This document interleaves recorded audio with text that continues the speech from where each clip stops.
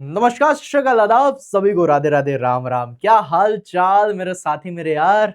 तो CIL MT की exam date आप सभी लोग को पता है कि 24 अगस्त आ चुकी है। आज है 12 अगस्त और अगर देखा जाए तो ठीक ठीक 10-11 दिनों में आपका एग्जाम है। बहुत सारे बच्चे हैं जिन्होंने एग्जाम ऑन की टेस्ट सीरीज लगाई है, अच्छे लेवल की टेस्ट सीरीज लगाई है और वहां पर इवन आपने किसी भी एग्जाम की मतलब एग्जाम नहीं ऑर्गेनाइजेशन की टेस्ट सीरीज लगाई हो, यहाँ पर एक क्वेश्चन जो हर दूसरे टाइम पर हर दूसरे घंटे मुझसे स्टूडेंट्स पूछ रहे हैं, जिनके मैसेजेस भी आ रहे हैं, कॉल्स भी आ रहे हैं और जो हमेशा गाइडेंस लेते हुए जा रहे हैं कि सर इंप्रूव करना है मुझे अपना स्कोर। मेरा स्कोर आकर के 130 पे अटक गया, मेरा स्कोर आकर के 140 पे अटक रहा है सर, मैं बार बार टेस्ट लगा रहा हूँ 140 145 में अटक रहा है। और फिर उसके बाद जब हम बात करते हैं कि अच्छा फिर वो जो गलत हुए क्वेश्चन उनके बारे में देखो, तो फिर समझ में नहीं आ रहा कि देखें तो क्या देखें, किस तरीके से अपने स्कोर को इंप्रूव करें।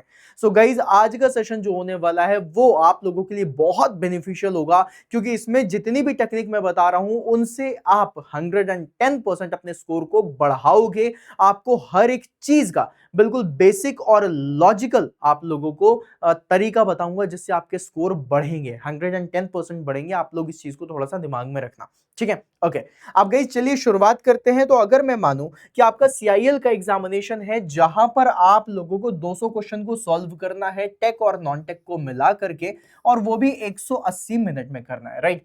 अगर मुझे 200 क्वेश्चन करने हैं 180 मिनट में, और फॉर एग्जांपल मैं मान लेता हूं कि मेरे लगभग 140 मार्क्स आ रहे हैं या 145 मार्क्स आ रहे हैं या फिर 140 145 में मैं अटक गया, फॉर एग्जांपल, राइट? तो वो जो 50 से 60 क्वेश्चन गलत हो रहे हैं या फिर 55-60 क्वेश्चन जो गलत हो रहे हैं, वो क्वेश्चंस कैसे हैं? या तो वो रॉन्ग है, रॉन्ग कहने का मतलब कि हमने गलती कर दी, राइट? या फिर वो क्वेश्चन जो था वो हमने कभी पढ़ा ही नहीं था, या फिर उसमें कोई डाउट था, या फिर हम उसमें कंफ्यूज हो गए, कंफ्यूजन था, या फिर एक तरीके से हमने वो टॉपिक ही नहीं पढ़ा जिसका वो क्वेश्चन था। ऐसा हो सकता है ना? तो गलती होने की कई सारी वजह हो सकती हैं। क्वेश्चन हमने गलत आंसर कर दिया, या फिर out of the syllabus unknown question आ गया, या फिर हमें उसमें डाउट हो रहा था कि ए सही होगा बी सही होगा, हम कंफ्यूज हो गए कि उसने पूछा क्या है और हम आंसर क्या लगा रहे हैं, या फिर हमने वो टॉपिक पढ़ा ही नहीं है ना? तो ये जो क्वेश्चन गलत होते हैं ना, उनका भी एक सेट ऑफ पैटर्न होता है बेटा। अगर तुम हर एक चीज देखोगे ना, तुम्हें एक सेट ऑफ पैटर्न देखने के लिए मिलेगा कि कोई भी क्वेश्चन गलत होता है तो उसका पैटर्न है। अब हम आज जो बात करने वाले हैं, हम इन 50-60 क्वेश्चन की बात करने वाले हैं। इनकी बात हम क्यों कर रहे हैं? क्योंकि आप इसी से ही अपना स्कोर बढ़ा सकते हो। ये जो क्वेश्चन गलती हो रही है, इसका स्कोर बढ़ाना है। देखो, सबसे लास्ट में हम किस तरीके से तुक्का लगा करके पूरा का पूरा अटेम्प्ट करके आएंगे, ये तो बात की बात है। लेकिन आप लोगों को एक चीज हमेशा याद रखनी है कि सबसे पहला मुद्दा, अगर आप अपना स्कोर बढ़ाना चाहते हो तो यहां पर याद रखना, attempt all questions, right? Attempt all questions, जितने भी क्वेश्चंस दिए हुए हैं सारे के सारे अटेम्प्ट करने हैं, चाहे आपसे बने या ना बने, राइट? सारे क्वेश्चन अटेम्प्ट करने हैं, सबसे पहली चीज तो याद रखिएगा। फिर दूसरी चीज, सेट ऑफ पैटर्न के बारे में मैं बात कर रहा हूं कि इन 50-60 क्वेश्चन को हम किस पैटर्न पे रख करके किस तरीके से तैयारी करें कि इसमें हमसे क्वेश्चन बनने भी लग जाए और हम चीजों को अच्छा करें। तो इसके लिए गाइज अब यहां पर पॉइंट आता है कि भैया अगर सेट ऑफ पैटर्न के बारे में मैं बात करूं, तो सेट ऑफ पैटर्न में सबसे पहला होता है कि अगर तुम ध्यान दोगे ना, तो वो जो 50-60 क्वेश्चन तुमसे हर बार तुम्हारे एग्जाम में गलत हो रहे हैं ना, तुम्हारे टेस्ट में गलत हो रहे हो, पता है किसी ना किसी स्पेसिफिक टॉपिक या स्पेसिफिक सब्जेक्ट के होंगे। जैसे मेरे साथ प्रॉब्लम थी, मेरे साथ क्या था कि मेरे 2-3 सब्जेक्ट्स ऐसे थे जिन सब्जेक्ट से मेरे क्वेश्चन हमेशा गलत होते थे। आप देखना कहीं आपके साथ ऐसा तो नहीं हो रहा कि आप लोगों को कोई सेट ऑफ टॉपिक या फिर सेट ऑफ सब्जेक्ट ही होगा, कोई स्पेसिफिक सब्जेक्ट होगा जिससे आपके मैक्सिमम क्वेश्चंस गलत हो रहे होंगे। अगर आपको पता चल जाए कि वो जो क्वेश्चन जो आप लोगों के गलत हो रहे हैं वो किसी स्पेसिफिक सब्जेक्ट या फिर स्पेसिफिक टॉपिक से हैं, तो सबसे पहले आपको उस स्पेसिफिक सब्जेक्ट या उस स्पेसिफिक टॉपिक से जितने भी डिफरेंट टाइप्स ऑफ क्वेश्चंस हो सकते हैं, राइट, उनको निकालना है ना? तो सीधा वो सब्जेक्ट पढ़ने मत बैठ जाना, डिफरेंट टाइप्स ऑफ क्वेश्चंस क्या क्या हो सकते हैं जो आपसे गलत हो रहे हैं उस सब्जेक्ट के। क्योंकि भाई लास्ट लास्ट में अगर तुम सब्जेक्ट पढ़ने बैठोगे तो तुम बाकी चीजें नहीं कर पाओगे, राइट? तो तुमने डिफरेंट टाइप ऑफ क्वेश्चंस निकाल लिए उस सब्जेक्ट के जो तुमसे गलत हो रहे हैं। उन सारे सब्जेक्ट्स में से जो डिफरेंट टाइप ऑफ क्वेश्चन निकाले हैं, उन क्वेश्चंस के स्पेसिफिक उन्हीं क्वेश्चन के टॉपिक को उठाइए, राइट? और उन टॉपिक में कुछ ऐसा ढूंढिए जिससे आप लोगों का वो सब्जेक्ट में चीजें क्लियर हो जाए। जैसे कि फॉर एग्जांपल मैं आपको एग्जांपल दूं, फ्लूइड मैकेनिक्स में एक टर्म है स्ट्रीमलाइन, है ना? स्ट्रीम लाइन के लिए आप कभी भी क्वेश्चन देखना तो क्वेश्चन में या तो लेमिनार फ्लो का जिक्र कर रहा होगा या फिर टेंजेंशियल फ्लो का जिक्र कर रहा होगा, टेंजेंट वर्ड जरूर देगा या स्मूथ फ्लो बोलेगा, ये कुछ कीवर्ड्स हैं राइट उस टॉपिक से रिलेटेड। अगर तुम्हें स्ट्रीम लाइन भी नहीं पता लेकिन अगर तुम्हें टेंजेंट वर्ड दिख जाए, लेमिनार फ्लो दिख जाए या फिर स्मूथ फ्लो दिख जाए, है ना, नो मिक्सिंग ऑफ फ्लूइड दिखाई दे, तो तुम समझ जाओगे कि भैया ये स्ट्रीम लाइन का यही आंसर हो सकता है।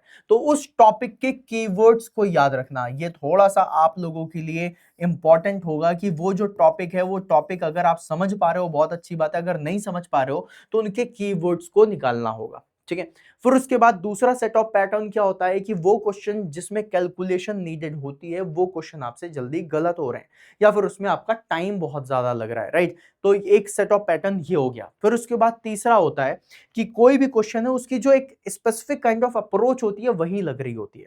जैसे एग्जाम में ऐसे बहुत सारे क्वेश्चन आते हैं बेटा जिन क्वेश्चंस में आप लोग देखोगे कि भैया तुम क्वेश्चन का आंसर तुम्हें पता है कि ये होगा, है ना, लेकिन वो ऑप्शन में दिया ही नहीं है।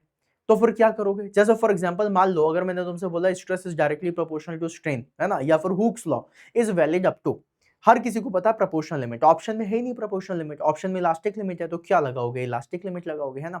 कई बार क्वेश्चन ऐसा आता है जिसमें कंफ्यूजिंग स्टेटमेंट्स होते हैं, कई बार हमें क्वेश्चन मिलता है जिसका हमें पता नहीं होता लेकिन with the respect of options हमको चेक करना होता है कि यार इसमें से क्या होगा, तो तुम एलिमिनेशन मेथड का यूज करते हो या फिर एज पर द ऑप्शन देखोगे कि यार इन ऑप्शंस के बेसिस में ये आंसर होना चाहिए, या फिर वो स्टेटमेंट जो बहुत कंफ्यूजिंग है उसकी वजह से गलती होती है। तो तुम लोगों के जो रीजंस हो सकते हैं क्वेश्चन गलत होने के वो कुछ इन्हीं तीन में ही सिमट के रहेंगे, राइट, है ना।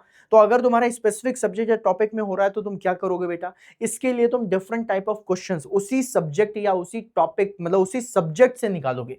ये डिफरेंट टाइप ऑफ क्वेश्चंस किससे निकलेंगे? उसी सब्जेक्ट से। जैसे फॉर एग्जांपल तुमने सॉम ले लिया, उस सॉम के जितने डिफरेंट टाइप ऑफ क्वेश्चंस हो सकते हैं वो निकाल लिए, और उसमें से जो तुमसे नहीं बने, राइट, उन टॉपिक्स को तुम पढ़ोगे। अब उन टॉपिक्स को रिवाइज करने के लिए पूरा मत पढ़ने लग जाना, अगर तुम पूरा पढ़ सकते हो, तुम्हारे पास समय है तो जरूर पढ़ो, अगर नहीं है तो उन टॉपिक्स में से कीवर्ड्स ढूंढो कि अगर ये कीवर्ड तुम्हें देखने के लिए मिलेगा तो इसका आंसर ये होना चाहिए, है ना। ये क्या होगा? अगर तुम्हारी बेस्ट पॉसिबल अप्रोच होगी जहां से तुम अपने क्वेश्चन के आंसर को जल्दी दे सकते हो, ठीक है। अगर न्यूमेरिकल टाइप आ रहा है तो तुम्हें यहां पर पता होना चाहिए कि तुम्हारी कैलकुलेशन टेक्निक कितनी हो सकती है, कैलकुलेशन टेक्निक पे वर्क करना है। और अगर कुछ क्वेश्चन ऐसे गलत हो रहे हैं जिसमें एक डेफिनेट टाइप ऑफ अप्रोच चाहिए तो इन सब के लिए तुम्हें क्या करना पड़ेगा, तुम्हें गाइज यहां पर अपनी एक नोट्स बनानी पड़ेंगी, राइट। उन नोट्स में जो चीजें तुमसे गलत हुई, जो चीजें तुमसे नहीं बनी, उन सारे क्वेश्चंस के जो टॉपिक होंगे उन टॉपिक को पढ़ना है और उनके कीवर्ड्स को दिमाग में रखना है कि अगर ये टॉपिक से कभी भी क्वेश्चन आएगा तो इन कीवर्ड्स के बेसिस में ही मैं आंसर दूंगा। एक चीज तो ये रखनी है। फिर उसके बाद गाइज अगर तुमसे कोई भी क्वेश्चन है जो नहीं बन रहा है और कैलकुलेशन पे दिक्कत है तो कैलकुलेशन की कुछ टेक्निक होती हैं जिनको आप लोगों को सीखना पड़ेगा, कैलकुलेशन ट्रिक्स को सीखना पड़ेगा सो दैट तुम फटाफट से आंसर दे पाओ। और कई बार होता है कैलकुलेशन ना करने की वजह से, कैलकुलेशन गलत करने की वजह से भी आपसे आंसर गलत हो जाता है, बाद में लगता है गलत हुआ, राइट। और एक चीज होती है कंफ्यूजिंग, जितने भी कंफ्यूजिंग स्टेटमेंट हैं, जितने भी कंफ्यूजिंग क्वेश्चंस हैं, उन कंफ्यूजिंग क्वेश्चंस की तुम्हारी यहां पर एक नोट्स में, नोट कॉपी में लिख करके रखना पड़ेगा कि भैया ये कंफ्यूजिंग है, इन कंफ्यूजिंग क्वेश्चंस की अगर मेरे पास कुछ ऐसा सेट ऑफ क्वेश्चन आएगा तो मुझे इसी अप्रोच को फॉलो करना है, राइट। इन अप्रोच के ऊपर वर्क करना तुम्हें शुरू करना पड़ेगा।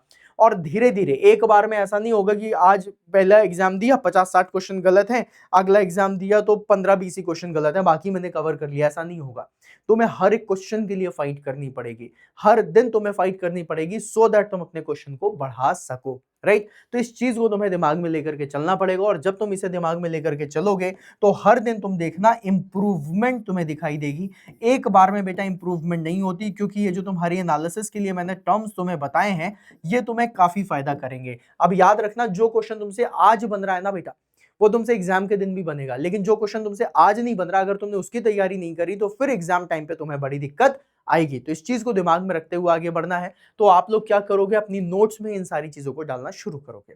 अब जितनी भी चीजें मैंने अभी आपको बताई हैं, ये चीजें आप लोगों को अब अपनी टेस्ट में फॉलो करनी है, बढ़िया लेवल पे फॉलो करनी है। जब आप इनको टेस्ट पे बढ़िया लेवल पे फॉलो करोगे तब जाकर के आपको फायदा मिलेगा। अब टेस्ट लगाना है तो कैसे लगाएं, तो टेस्ट लगाने के लिए भाई साहब आप लोगों के लिए एग्जाम ऑन एजुकेशन पे, अगर आप सिविल से हो या फिर अगर आप मैकेनिकल से हो, आप लोगों के लिए 80+ टेस्ट आप लोगों को मिल जाएंगे सिर्फ और सिर्फ 199 रुपीज में। गाइज इसमें अगर आप लोगों को लग रहा है कि सर जो आपने अप्रोच की बात करी उस अप्रोच में मुझे दिक्कत आ रही है, तो बेटा आप लोगों को जो क्वेश्चन प्रैक्टिस बैच है इसमें आप लोगों का सेशंस लिए गए हैं उसी अप्रोच को सही करने के लिए, राइट। तो अगर तुम लोगों ने सेशंस नहीं देखे हैं, खास फैकल्टीज ने तुम्हारे लिए वो सेशंस बनाए हैं जहां पर तुम्हें बताया है कि किसी भी क्वेश्चन को सॉल्व करने की अप्रोच क्या होती है। अगर तुम्हें अप्रोच में दिक्कत आ रही है तो इन 10 दिनों में तुम इन क्वेश्चन प्रैक्टिस बैच के सेशंस में जाकर के उन अप्रोच को जरूर सीख सकते हो, जिससे तुम्हारे नंबर बढ़ेंगे। तुम्हें गाइस एक चीज हमेशा याद रखनी है, एक एक नंबर से सिलेक्शन रुकता है और एक एक नंबर से सिलेक्शन होता है। तुम्हारे लिए एक एक नंबर इंपॉर्टेंट है, और अगर तुम्हारे लिए एक एक नंबर इंपॉर्टेंट है तो तुम्हारे पास वो चीज होनी चाहिए जिससे तुम अपनी चीजों को बेस्ट कर पाओ। और इसके लिए क्वेश्चन प्रैक्टिस बैच है। अब तुम बोलोगे सर दोनों कैसे लें, नहीं लेना दोनों। ये जो क्वेश्चन प्रैक्टिस बैच है इसमें तुम्हारे मोर देन 10,000 क्वेश्चंस हैं जो हमने इसमें दिए हैं। तुम्हारे इतने सारे सेशन है कि तुम जिस भी सेशन में जाओगे तुम सही अप्रोच सीखोगे। साथ में गाइज इसी के साथ आप लोगों को ये जो टेस्ट सीरीज आपको दिख रही है ये भी आप लोगों को इसी में ही मिल जाती है। तो अगर आपको ये टेस्ट सीरीज भी मिल जाती है तो आप लोगों के पास क्या होगा बेटा, आप लोगों के पास ये ब्रह्मास्त्र टाइप होगा। लास्ट में मतलब अगर तुमने अप्रोच अपनी सही सुधार ली तो तुम अपने नंबर बढ़ा सकते हो, और अगर तुम्हारे नंबर बढ़ रहे हैं तो तुम्हारे सिलेक्शन के चांसेस सबसे ज्यादा होंगे। अब ये वाला जो बैच था गाइज, ये बैच आप लोगों का जब लॉन्च हुआ था तब ये बैच 1999 का था, 1999 रुपए का, राइट। लेकिन आज की डेट में अगर देखा जाए तो आप लोगों का एग्जामिनेशन, और एग्जामिनेशन के लिए आप लोगों को अप्रोच सीखनी है, चीजें करनी है, उसके लिए ये जो बैच आपको सिर्फ 499 में पड़ेगा। सिर्फ और सिर्फ 499 रुपीज में आप लोगों के लिए बैच हो जाएगा, जिससे आप लोगों का जो भी बेहतर हो सकता है वो कर सको। 199 रुपए देने से अच्छा है 499 दे दो, 200 रुपए और लगा दो और तुम्हारी चीजें और बेहतर लेवल पे हो जाएंगी। ये सारी चीजें तुम्हें मिल जाएंगी कहां, तुम्हारे एग्जाम ऑन एजुकेशन के एप्लीकेशन पे। और ये सिर्फ मैकेनिकल के लिए नहीं, ये सिविल के लिए भी है, राइट। आप सिविल में भी ये सारी चीजें देख सकते हो जहां पर आप लोगों को क्वेश्चन प्रैक्टिस बैच सिर्फ 499 में मिलेगा। और आप लोगों को एक चीज बताऊं, तुम लोग बिलीव नहीं करोगे, कॉम्पिटिशन लेवल आपको चलो बता ही देता हूं, एग्जाम ऑन एजुकेशन पे जितनी ज्यादा टेस्ट सीरीज नहीं जा रही है उससे ज्यादा ये 499 का बैच जा रहा है।